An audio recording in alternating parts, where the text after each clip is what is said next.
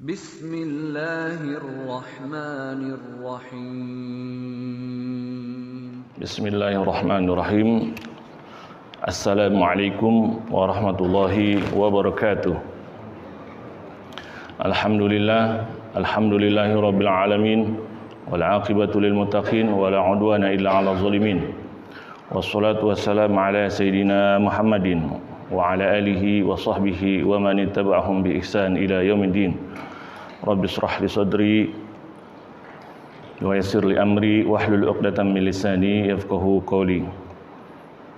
Para kiai, para asatiz, para hujjaj, jamaah salat subuh di Masjid Miftahul Khair yang semoga semuanya dimuliakan oleh Allah Subhanahu wa taala.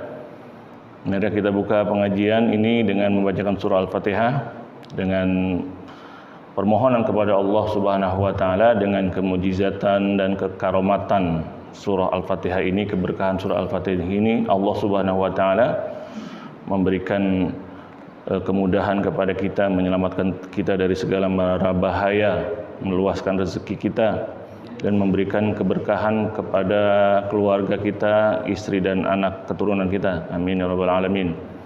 Juga kita mohon kepada Allah Subhanahu wa taala dengan membaca surah Al-Fatihah agar para pendahulu kita, guru-guru kita, terutama almarhum al-maghfurlah Kiai Haji Ahmad Dimyati dan para sesepuh lainnya yang mendahului kita, juga orang-orang tua kita yang telah mendahului kita, semoga semuanya diangkat oleh Allah Subhanahu wa taala derajatnya, dihapuskan segala kesalahannya dan dikumpulkan bersama para nabi, para aulia dan sholihin. Bismillahirrahmanirrahim. A'udzubillahi minasyaitonir rajim. Bismillahirrahmanirrahim. Alhamdulillahirabbil alamin, arrahmanirrahim, maliki yaumiddin. Iyyaka na'budu wa iyyaka nasta'in. Ihdinas shiratal mustaqim, shiratal ladzina an'amta 'alaihim ghairil maghdubi 'alaihim waladdallin. Amin. Qala al-musannif rahimahullah, Muhammadun sallallahu alaihi wasallam afdalul khalqi. Nabi Muhammad sallallahu alaihi wasallam adalah makhluk yang paling mulia, paling mulia. Ini tentang kemuliaan makhluk-makhluk Allah. Wa afdalul khalqi 'alal itlaqi nabiyyuna famil 'anis syiqaqi. Dan sepaling mulia makhluk secara mutlak adalah nabi kita, maka jangan kita pertengkarkan lagi masalah ini, ya. Jadi afdalu khalqillah Muhammadun sallallahu alaihi wasallam. Sepaling mulia makhluk Allah adalah Nabi Muhammad sallallahu alaihi wasallam. Kenapa? Karena Allah berfirman, inna akramakum 'indallahi atqakum, surah Al-Hujurat ayat 13. Sungguhnya yang paling mulia dari kalian di sisi Allah adalah yang paling bertakwa. Dia masih umum, ya. Nah, war rusul hum atqa khalqillah. Dan rasul-rasul itu adalah makhluk Allah yang paling bertakwa. Itu masih dikurangi lagi, ya, rasul-rasul dari sekian yang bertakwa. Yang lebih tinggi lagi adalah para rasul, 313 orang. Wahum fima bainahum mutafadilun, dan mereka pun di antara mereka ada yang derajatnya beda-beda lagi, ya, ada tingkatannya lagi, ya. Qala Allah Ta'ala, tilkar rusulu faddalna ba'dahum 'ala ba'd. Para rasul-rasul itu kami lebihkan di antara sebagian yang lain di antara yang lainnya. Jadi di antara mereka sendiri ada kelasnya, ada levelnya, ada tingkatannya. Wa afdaluhum Muhammadun sallallahu alaihi wasallam. Dan yang sepaling mulianya, sepaling afdolnya adalah Nabi Muhammad sallallahu alaihi wasallam. Kenapa? Li'anna ar-rusula kana ahaduhum yub'atsu ila qaumihi khassah. Karena rasul-rasul itu, mereka itu diutus kepada kaum mereka saja. Hanya Nabi, ya. Hanya Nabi Muhammad SAW yang diutus kepada seluruh umat. Nah, ini aja udah kejelas, ya. Wa bu'itsa sayyiduna Muhammadun sallallahu alaihi wasallam ilan nasi kafah. Sementara Nabi Muhammad diutus kepada seluruh umat manusia. Alladzina fi zamanihi walladzina ba'dahu ila qiyamis saah. Yaitu pada orang-orang yang ada pada masanya sampai hari kiamat. Tetap juga masih menjadi umat dakwah beliau. Ya. Sekarang ini ada berapa miliar? Ada yang umat ijabah yang kita ini menerima, ada juga umat dakwah. Semuanya manusia ini ya bagian dari yang diajak oleh Rasulullah Shallallahu Alaihi Wasallam. Sampai hari kiamat. Jadi tetap kita suruh ngajak mereka supaya jadi umat Nabi Muhammad. Ya. Wa qad hafazallahu al-kitab alladhi anzalahu alaihi. Allah juga menjaga kitabnya yang diturunkan kepada beliau. Sementara nabi-nabi yang lain ada namanya suhuf, ada namanya Taurat dan Injil, itu semua tidak dijaga. Sehingga banyak yang hilang. Yang kita ceritakan dahulu sampai cerita nabi-nabi saja berubah menjadi cerita-cerita yang serem, yang aneh-aneh ya. Sehingga orang ketika mencari panutan dari cerita kitabnya saja susah. Kenapa? Nah, semuanya ini ya bermasalah karena sudah banyak dimasuki cerita-cerita tidak benar, tidak dijaga oleh Allah memang ya. Jadi orang bisa masukin. Nah, Al-Qur'an pun dicoba sampai saat ini. Tolong ayat-ayat yang keras katanya hilangkan. Sampai ada lembaga yang mengedit Al-Qur'an. Ada ya. Di Amerika katanya perlu ada Al-Qur'an ini ada yang diedit. Jadi semangat mengedit kitab suci itu dari dulu. Cuma kitab-kitab yang dahulu berhasil mereka lakukan. Quran tidak berhasil ya. Ada manuskripnya ribuan semua saat mereka menjajah umat Islam, orang-orang Eropa dikumpulkan 40.000 lebih, 43.000 kalau tidak salah. Ditaruh di Jerman, di sana dikaji sama profesor-profesor, dicari kesalahannya, dicari kontradiksinya, nggak ketemu ya. Untuk membuktikan kalau ketemu ada yang beda. Wah, ini Quran ini sebetulnya nggak asli katanya. Udah mulai main di situ ya. Ternyata nggak bisa main di situ. Malah ujung-ujungnya tempatnya lagi perang kena bom, hancur. Jadi usaha mereka itu untuk mencari celah mengkritik Al-Quran 0-0 ya sampai saat ini. Akhirnya diturunkan apa? Strategi mengubah pemahaman, mengubah penafsiran. Ada nanti namanya apa tuh? Untuk mengubah-ubah ya. Bukan penafsiran lagi ya, bukan penafsiran lagi. Mereka gunakan metode mereka ya. Dibebaskan katanya semua orang boleh memahami Al-Quran semaunya karena Al-Quran itu pengarangnya sudah tidak ada. Jadi terserah masing-masing ya. Hermeneutika namanya ya, ada hermeneutika. Jadi pengarangnya katanya sudah mati. Itu kalau kita ngarang baca novel, baca buku, kata mereka, ya pembaca bebas lah memahami. Kenapa? Anggap aja pengarangnya udah mati gitu. Udah diserahkan ke pembaca, terserah pembaca memahaminya. Itu Al-Quran mau digituin. Nah, yang menurunkan Al-Quran tetap menjaga ya. Mereka menggelar hermeneutika, malah Allah kasih keajaiban apa? Makin banyak tahfiz Quran. Di mana-mana anak-anak kecil pada hafal Quran. Nggak bisa dibohong-bohongin lagi ya. Makin banyak yang hafal. Padahal zaman makin modern. Aneh ya. Macam-macam cara supaya orang mengubah Al-Quran. Kalau nggak teksnya diubah, pemahamannya diubah, gagal juga. Nah, karena apa? Allah jaga ya, Allah jaga. Wa hafaza sunnatahu aidan. Allah juga menjaga sunnahnya. Kalau kita cari manusia yang paling hebat, kata-katanya direkam sampai sedetail gitu. Semua orang, ribuan orang hafal, jutaan orang hafal. Tidak ada yang begitu. Siapa aja ya, yang presiden, yang raja cari kata-kata dia, titahnya. Kadang-kadang setelah nggak jabat ya titahnya dibuang aja tuh ya. Keputusan-keputusan diganti, di amandemen. Amandemen ya. Keputusan bersama aja di amandemen. Keputusan Rasul nggak ada yang di amandemen, nggak ada yang berani. Bayangin, orangnya nggak ada, tapi nggak ada yang berani. Kenapa? Ya Allah jaga. Udah 1000 tahun lebih nggak ada yang berani. Kalau ada yang berani, langsung dikejar, gerebutin. Seluruh dunia, itu ada orang, ketahuan semua. Semua orang akan bergerak. Ya kenapa? Padahal nggak ada yang bayar, nggak ada yang gerakin, nggak ada kolabnya ya. Komando lapangan untuk apa? Untuk demo. Tapi gerak sendiri. Kenapa? Karena Allah jaga, ya. Karena Allah jaga.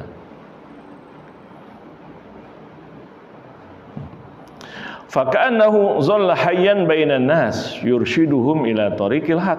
Jadi seakan-akan Nabi Muhammad SAW masih hidup di antara manusia. Yurshiduhum ila tariqil haq. Masih hidup dan mengasih arahan kepada manusia, kepada jalan yang benar.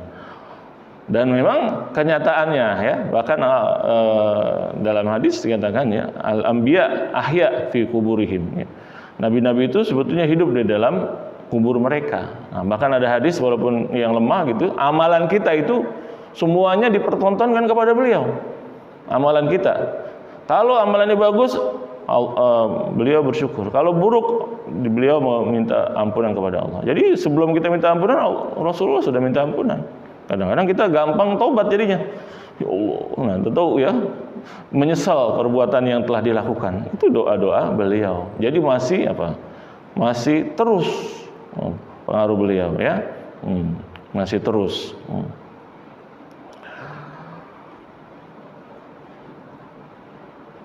Wa azharallahu dinahu. Allah masih memenangkan agamanya.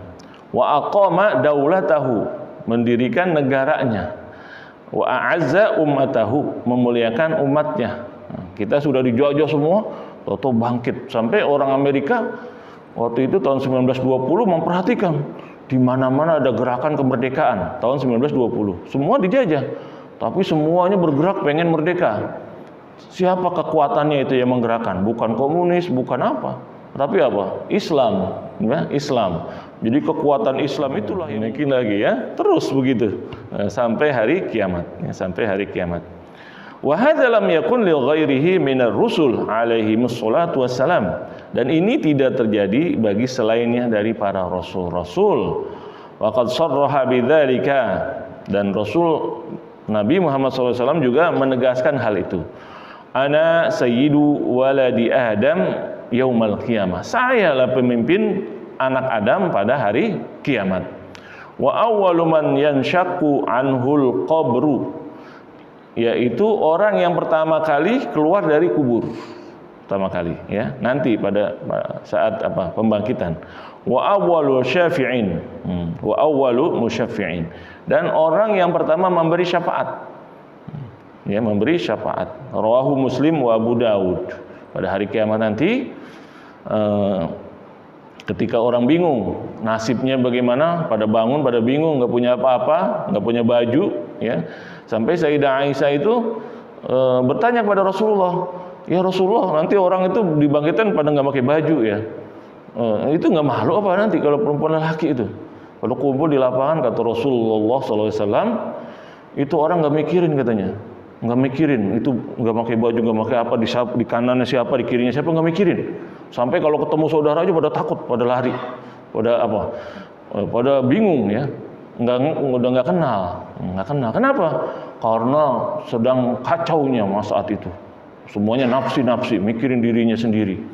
Ya, mikirin dirinya sendiri. Kenapa? Ini di mana kita ini ya? Ini apaan ini?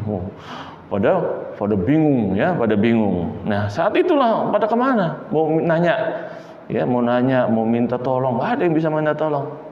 Maka saat itulah Rasulullah SAW didatangi. Nabi-nabi nggak ada yang berani. Coba tanya sono semua ya. Semuanya mengelak. Kenapa ya? Bingung juga. Akhirnya Rasulullah yang didatangi oleh seluruh manusia. Nah, akhirnya mereka minta kepada beliau agar dipercepatlah proses kita ini. Kalau memang hasil kerja kita ini diproseslah buru-buru. Maka Rasulullah langsung sujud, minta. Maka beliau di sinilah ya, awwalu syafi'in wa musyaffi'. Sosok yang pertama kali memberikan pertolongan, memberikan syafaat.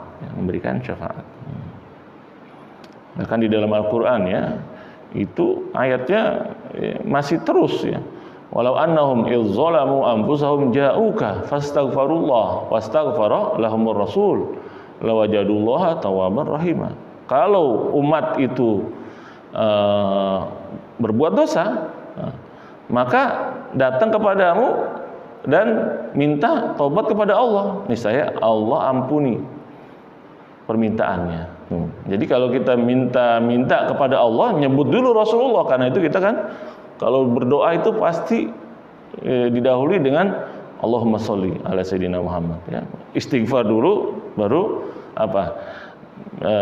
bersalawat kepada beliau. Untuk apa tadi? Ya, karena beliau, ya, saat ini pun kita berdoanya itu dengan menyebut beliau. Nah, karena memang ayat Al-Quran menyatakan begitu. Orang yang berbuat dosa kemudian pengen tobat, nah, datang kepada Rasul, minta tobatnya kepada Allah. Nah, dengan keberadaan siapa? Keberadaan Rasul, ya, keberadaan Rasul di situ, maka Allah akan ampuni. Jadi sosok Rasul sebagai pemberi syafaat itu masih terus berlangsung, ya, masih terus berlangsung. Jadi karena al-anbiya ahya fi kuburihim, ya. Nah, ini yang di kelompok-kelompok baru ini yang mengatakan pokoknya Rasul itu nggak bisa apa-apa, nggak punya kuasa apa-apa, nggak ada, selesai sudah, yang ada sunnahnya saja yang tercatat. Nah, ini yang tidak sesuai dengan ayat tadi, ya. Karena ayat itu terus berlaku. Masa berlakunya hanya hidup saja? Walau annahum idz zalamu anfusahum ja'uka.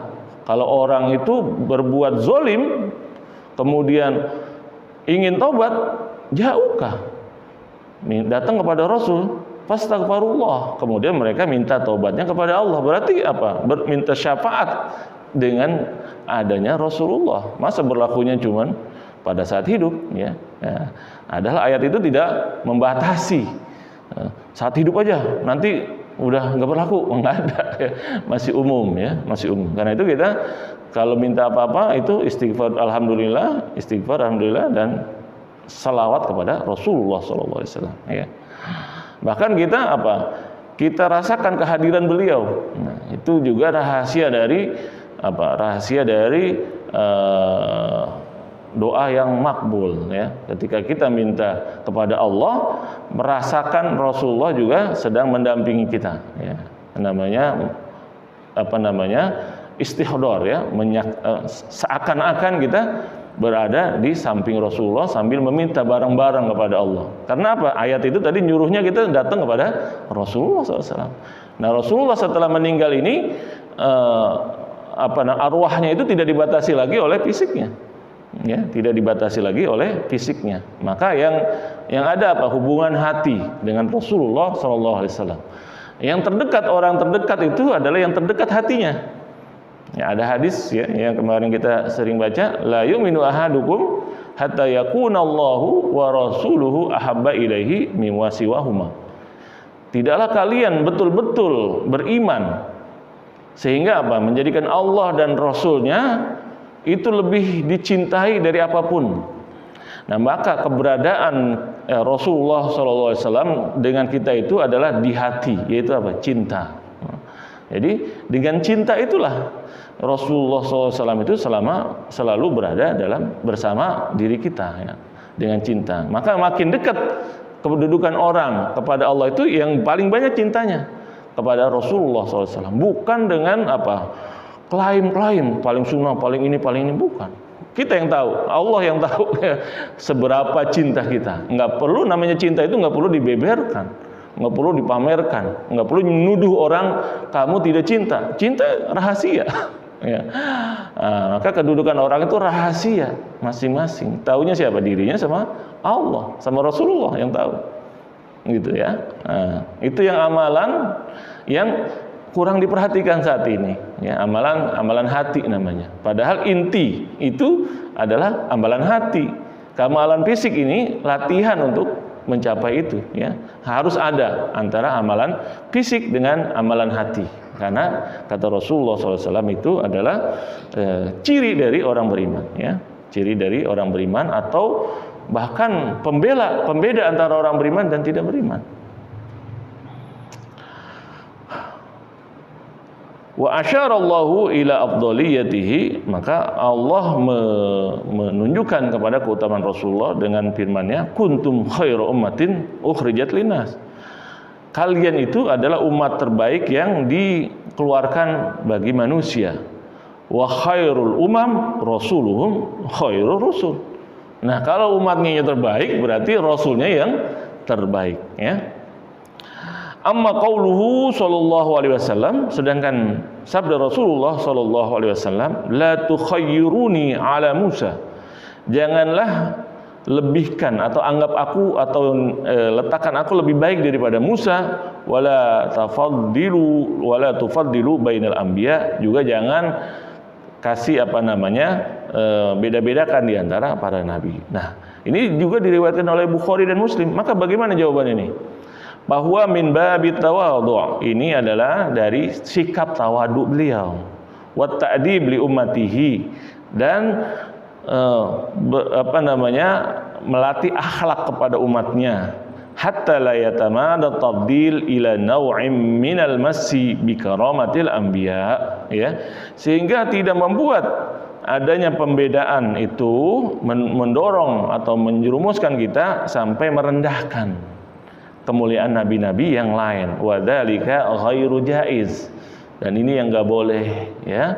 Biasanya kita kejadian ini di antara ulama. Kalau senang ulama, dianggapnya ulama itu udah paling bagus dah, yang lain kalah dah. Nah, itu namanya fanatisme. Rasulullah SAW menjaga kita jangan sampai seperti itu dalam masalah nabi. Karena nabi semua dimuliakan, ya, semua itu mulia di sisi Allah Subhanahu wa taala. Jangan mentang-mentang kita muliakan Rasulullah kemudian kita rendahkan. Kita kalau biasanya kita ngangkat orang harus ada yang direndahkan. Nah, itu yang keliru, ya. Jadi agama ini bisa memberi tempat kemuliaan kepada semua orang, banyak orang. Agama ini luas. Jangan mengangkat ulama yang satu merendahkan ulama yang lain. Nah, itu kerjaan masih kelas rendah tuh, ya. Jadi bagaimana nih, kita kan di sini nggak, kata Rasulullah jangan wala tufaddilu bainal anbiya. Maka ini adalah etika berakhlak. Nah, karena itu dalam mazhab Syafi'i ulamanya mengatakan kita dahulukan etika daripada perintah. Ada yang begitu, ya. Contohnya siapa? Contohnya Sayyidina Ali bin Abi Thalib. Pernah dalam perjanjian dengan orang kafir itu, ya, Rasulullah SAW itu melakukan perjanjian damai, ya. Rasulullah dan pasukan itu kembali dulu ke Mekah, ya, perjanjian Hudaybiyah, ya, perjanjian Hudaybiyah.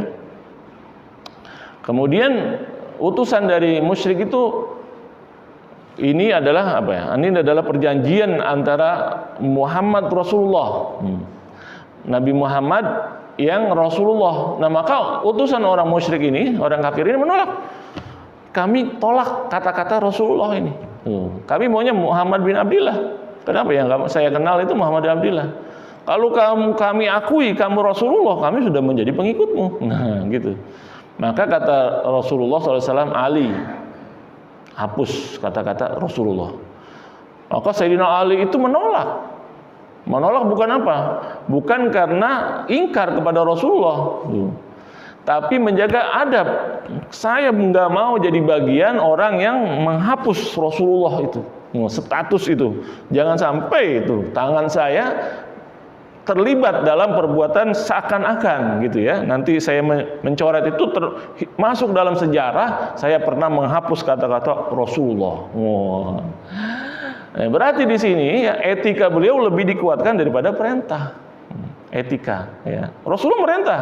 Kalau kata kita, Sayyidina Ali udah bagaimana itu, ya. Kalau nggak ngerti itu. Nah, ini namanya etika duluan. Akhirnya hapus, ya. Nih, ini nggak usah dah, ya gitu, ya. Tapi Sayyidina Ali nggak terlibat. Nah, itu pinternya, ya. Kita misalnya juga di mazhab Syafi'i, kita baca Allahumma sholli ala Sayyidina Muhammad. Ya, Allahumma sholli ala Sayyidina Muhammad. Kenapa? Ya, adab juga, ya. Padahal Rasulullah memerintahkan, ya, shollu kama ra'aitumuni usolli. Salatlah sebagaimana aku salat. Nah, selawatnya bagaimana yang baca salawat? Rasulullah mengajarkan Allahumma sholli ala Muhammad wa ala ali Muhammad. Enggak ada Allahumma sholli ala Sayyidina Muhammad wa ala ali Sayyidina Muhammad. Nah, karena itu orang yang mengucapkan Sayyidina Allahumma sholli ala Sayyidina Muhammad wa ala ali Sayyidina Muhammad, ada juga yang menyalahkan akhirnya. Sampai keras gitu ya. Kenapa? Karena di dalam hadis nggak ada. Adanya apa? Allahumma sholli ala Muhammad wa ala ali Muhammad. Ya dari satu sisi benar dia, karena memang nggak ada. Tetapi sisi lain kita adab tadi ya, adab etika kepada Rasulullah. Jangan kita mengucap Rasulullah nggak ada ucapan pemuliaan gitu ya. Apalagi ada hadis di sini tadi, ana sayyidu waladi Adam. Saya ini pimpinannya anak Adam. Nah, jadi kita ngambil dari sini juga, ada dalilnya juga. Nah, gitu ya. Jadi ulama itu nggak ada yang nggak pakai dalil. Jadi kalau orang cari dalilnya mana? Ada. Cuman dalilnya itu nggak satu. Jadi dari sini disimpulkan. Maka disitulah dari mazhab Syafi'i kita dahulukan adab dulu dari perintah. Ya, adab dulu dari perintah. Nah, ini yang ya. Nah, mereka lain lagi misalnya. Nah, itulah bedanya mazhab. Saling antara mazhab itu tidak saling menjatuhkan seharusnya. Kalau dulu ya yang udah matang. Nah, sekarang yang baru, yang ABG milenial, dalilnya ini begini, berarti selain ini menyimpang semua nih. Nah, gitu ya. Nah, itu berarti kurang ilmu ya, kurang ilmu. Nah, itu sekarang di Mesir dikatakan namanya model begitu an-nabitah. An-nabitah apa artinya? Baru mentik ya. Baru tahu satu udah langsung koar-koar. Itu namanya orang baru mentik ya, belum matang. Belum ada buahnya, baru mentik udah koar-koar. Nah, itu nggak boleh ya. Jadi ini adalah bagian dari tawadunya Rasulullah SAW kepada umatnya. Ya, ini kejadian banyak ya. Ada sahabat diperintahkan Rasulullah SAW ketika datang jangan berdiri. Jangan berdiri, tapi berdiri tetap. Nah, ya, tetap. Nah, setelah itu apa? Apakah sahabat yang berdiri ketika Rasulullah datang itu berarti dia ingkar terhadap Rasulullah? Ternyata setelah itu tetap berdiri, ya udah dibiarin. Nah, bukan malah kamu nggak menuruti kata-kata saya, jangan berdiri, bukan. Lihat, nah, etika kepada Rasulullah, penghormatan. Nah, Rasulullah melarang jangan berdiri apa? Jangan sampai diagungkan, jatuh kepada seperti nabi yang lain sampai ada yang dituhankan, nah, gitu ya. Jadi diletakkan secara proporsional. Kalau berdirinya kepada Rasulullah SAW itu adalah pemuliaan, cinta, bukan sampai berlebihan, maka tidak masalah. Karena itu kita ada nanti maulid itu ada mahallul qiyam ya. Apa itu? Ya, kita seakan-akan itu melihat Rasulullah gitu ya. Memuliakan, tentu pada berdiri, padahal nggak ada apa-apa pada berdiri. Nah, itu mahallul qiyam. Nah, mencontoh sahabat tadi, ketika Rasulullah datang berdiri. Wah, padahal Rasulullah jangan berdiri, nggak usah ini. Tapi akhirnya dibiarkan. Kenapa? Karena pemuliaan sahabat tersebut. Nah, itu namanya mendahulukan adab daripada perintah. Dan ini berlaku di mazhab Syafi'i. Nah, kalau ada orang yang mengkritik kita pada maulid itu pada berdiri, ada apa? Ya, karena dia nggak paham ya, atau dia nggak ngambil pendapat mazhab Syafi'i. Ya, gitu. Kita mazhab Syafi'i seharusnya damai-damai aja ya, nggak usah harus menjatuhkan ya. Dan kita rasakan itu ya, ingin ungkapkan cinta kita, dan itu pun diperintahkan dalam hadis Rasulullah. La yu'minu ahadukum hatta yakuna Allahu wa rasuluhu ahabba ilaihi mimma siwah. Ya, tidaklah kalian terhitung beriman sampai menjadikan Allah dan Rasulnya lebih dicintai daripada siapapun. Nah, ya, maka bentuk cinta kita ya macam-macam ekspresinya. Cinta itu nggak bisa ada ekspresi satu ya. Bentuknya menyebut-nyebut, bentuknya berdiri, bentuknya macam-macam ya. Itu luas ungkapan cinta itu. Dan yang tahu siapa? Allah dan Rasulnya. Kita nggak tahu ya, nggak bisa mengklaim.